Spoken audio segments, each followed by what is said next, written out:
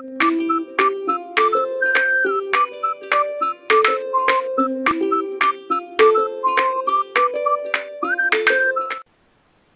guys, Christy here from the Stamp Cycle, and welcome to another video for my YouTube channel and blog. So today we're going to be playing with these Ken Oliver color bursts. These are new to me. I know there's some other videos out there using these, but these are my first time using them and I'm in love. So what I'm starting with here is this Ken Oliver craft mat. I bought this at the same time that I bought the color burst, and it's an awesome craft mat. If you don't have one, I highly recommend it. It's super easy to clean. It's sticky, so the paper sticks to it. There's so many amazing things about this craft mat. I could go on for days. But anyways, on to these color bursts. So this is literally my first try at using these. I just turned on my camera. I knew I wanted to make a bunch of different colored like watercolor backgrounds that I was going to die cut. So I just grabbed some Canson XL watercolor paper. I just cut it to different sizes. I knew I would need a lot of green, so I cut a pretty big piece of that to use on the green. I just took some of that green color burst. I cannot remember what it's called, but I'll have the link to the supplies in my blog post that I'll have at the bottom of this video in the subscription. But I just took the color burst, sprinkled them on top of the piece of watercolor paper, and then sprayed them with just water. I have water in all kinds of different little spray bottles. This is I think I got the spray bottle from the travel container section in like Target. But I use this to just quickly spray on water, and I just doused this whole piece of paper with a ton of water. And now I'm just kind of dipping it into the ink there that's on the craft mat and moving the ink around. Like I said, this is my first time playing with these, so I really wasn't sure what I was doing here, but I knew I wanted to get some of those sharp edges in the background. I like the spots that it left. I wanted these watercolor pieces to be very interesting, because I knew that would make my die cuts have a lot of dimension and a lot of character to them. So I did heat this with my heat tool, and then I put it back into that ink on the craft mat, trying to get layers of the ink. Looking back now that I did this on several different colors, I think what I like is to not apply so much water. I think you'll get more of the variation in the color that these color bursts give you if you don't mess with it that much. You'll see in other colors here that I get a paintbrush out and I start really trying to move the color around. I think that now that I was watching this video back, I love that look right there, like the first few sprays of the water and letting the water do the work instead of me trying to make the water work the way I want to, if that makes sense. So if you don't have color bursts and you're thinking about getting them, my suggestion is to first just put some color burst on the watercolor paper, spray it, let that air dry. Don't put heat to it, let it air dry.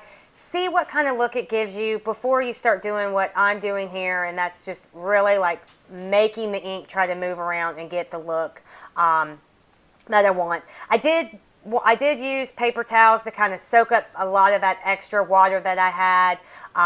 And you know, these did end up being very pretty. These are really cool. These color bursts are really awesome. Now that I've got this first set, I'm gonna have to get some more, but they are really messy. So if you don't like getting your fingers inky, I suggest you wear gloves when you're playing with these color bursts, because they are very messy. It took days for my fingers to get all the ink off, but it was worth it because I absolutely love the result. So here's what all four colors that I did, what they ended up looking like. On that yellow, I did add a little bit of orange to try to give some variation in the color and a little bit more interest. But now I'm just going to take these Pretty Pines Thinlits from Stampin' Up. These are in the 2016 holiday catalog. And I'm going to cut tons of die cuts out. I'm going to cut out as many of those pine leaves that I can out of the green paper, and then I'm going to cut about 4 pine cones out of the yellow, and then 4 of those other pieces out of the red and the blue. So here is the result that you get. The die cuts are really neat. They're very vibrant colors, which is exactly what I wanted, but there is a lot of variation in there from the different intensities of the color burst and all the swirl that we did, and I really love how these die cuts ended up looking. So off camera, I stamped that swirly shape there on a piece of black cardstock and also a piece of vellum, and I heat embossed that with some gold glitter embossing powder. My camera wasn't on, I don't know what happened, but I stamped those at Versamark, heat embossed them with that glitter gold embossing powder, and then I just fussy cut them out. So it created like a really fancy swirly tag. Sorry that wasn't on camera, but you've seen me heat emboss enough, so you know what that looks like. So then I have a card front of basic black and a card front of Whisper White. I got these brand new dies from MFT. These are some of the stitching dynamics. This is my first MFT product, so I'm not exactly sure what they're called, but again, I'll link to the products in my description on my blog. But I just wanted to add a little bit of interest to each side of this panel, and I love how that turned out. So now I have the seasonal Thinlits. These are in the clearance rack. Really good deal right now on Stampin' Up. So the clearance rack had them for I think 11 bucks, and I'm going to use that Fa La La sentiment there. But I wanted to create glitter paper that matched that die cut, not a die cut, that swirly thing that I cut out earlier. So I took some of that same embossing powder and I coated this sheet of white, Whisper White cardstock with tons of Versamark ink, sprinkled on that glitter embossing powder, and now I'm just heat setting it. And guess what? I just created my own glitter paper. How easy was that? So this is a great idea. If you don't have glitter paper, you can create your own using any embossing powders that you have, any glitter embossing powders that you have. It's super easy to do, and it really does give a beautiful glitter paper result. So I cut out that Fa La La out of that glitter paper that I made, and I also cut out that same sentiment with some fun foam, and I'm going to glue the glitter paper on top of that fun foam using some Ranger multi-matte medium. How do you say that? Multi-medium matte glue. This stuff dries matte and clear, so I don't have to worry about if I get too much it oozing out the sides and showing up on my project.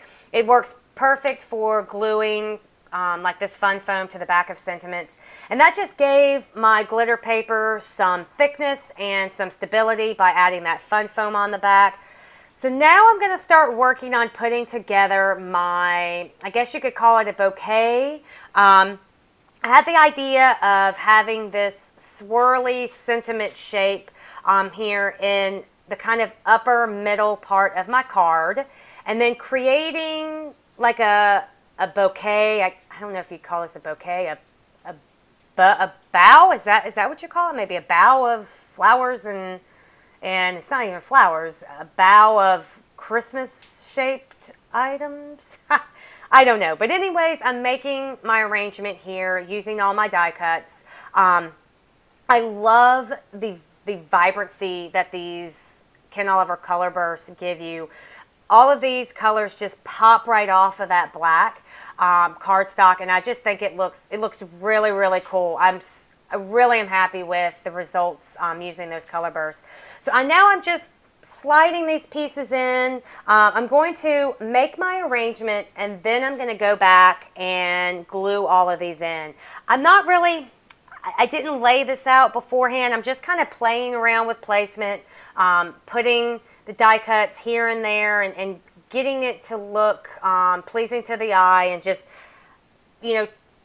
trying to get the look that I'm going for. There isn't a right or a wrong way to do this. I think some people are better at this than others. I'm not the best at creating these kind of arrangements, if you will, but I do the best I can, and it works. So now that I have my arrangement, laid out here. I'm just going to use some glue dots, some more of that Ranger Multi-Medium Matte Glue, and just glue all of those pieces in into place. And then I'll use, again, some of that Ranger Multi-Medium Matte Glue to glue down that sentiment right in the center of that piece we fussy cut out there. And that gives the overall front of my card. Really liked how it turned out. So now I just have a piece of basic black cardstock. It's an A2 top folding card base. And I'm going to adhere this onto that card base using some 3M foam adhesive tape. I used a lot. I really wanted this to be stable. I didn't want there to be parts that pushed in or weren't stable. So I was very, very generous on the foam adhesive. And I just line that up and put that on the front of my card. And that finishes it off. Beautiful. I really, really love the results. I also finished the white one off camera. I did it the exact same way that I did the black one. I'm not sure which one I like better, the white or the black. I don't know. You tell me. But these die cuts with this Ken Oliver color burst is gorgeous. I can't wait to make more things with these color bursts. So thank you guys for stopping by today. I'll have more information on supplies used on my blog at www.thestampcycle.com. Thanks for stopping by, and I will see you guys in the next video. Thanks. Bye.